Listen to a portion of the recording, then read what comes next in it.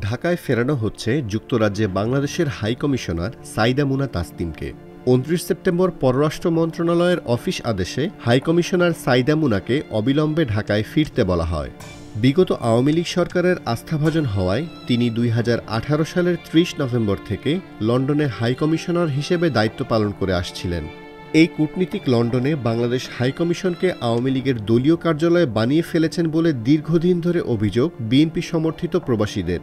রেওয়াজ অনুযায়ী সাধারণত একজন কূটনীতিক কোনো মিশনে ৩ বছর রাষ্ট্রদূতের দায়িত্ব পালন করে থাকেন। পররাষ্ট্র মন্ত্রণালয় থেকে ২৯ সেপ্টেম্বরের অফিস আদেশে সাইদা মুনা তাসনিমকে ঢাকায় পররাষ্ট্র মন্ত্রণালয় সদর দপ্তরে বদলির সিদ্ধান্ত হয়েছে। বাংলাদেশ হাইকমিশন লন্ডনের দায়িত্ব ত্যাগ করে অনতিবিলম্বে সদর দপ্তর ঢাকায় ফেরার জন্য অনুরোধ করা হয়েছে এই কূটনীতিককে। এই কূটনীতিকের চাকরির মেয়াদ চলতি বছরের ডিসেম্বরে শেষ হওয়ার কথা রয়েছে। তিনি বাংলাদেশ পররাষ্ট্র সার্ভিসের ১১তম ব্যাচের একজন কর্মকর্তা।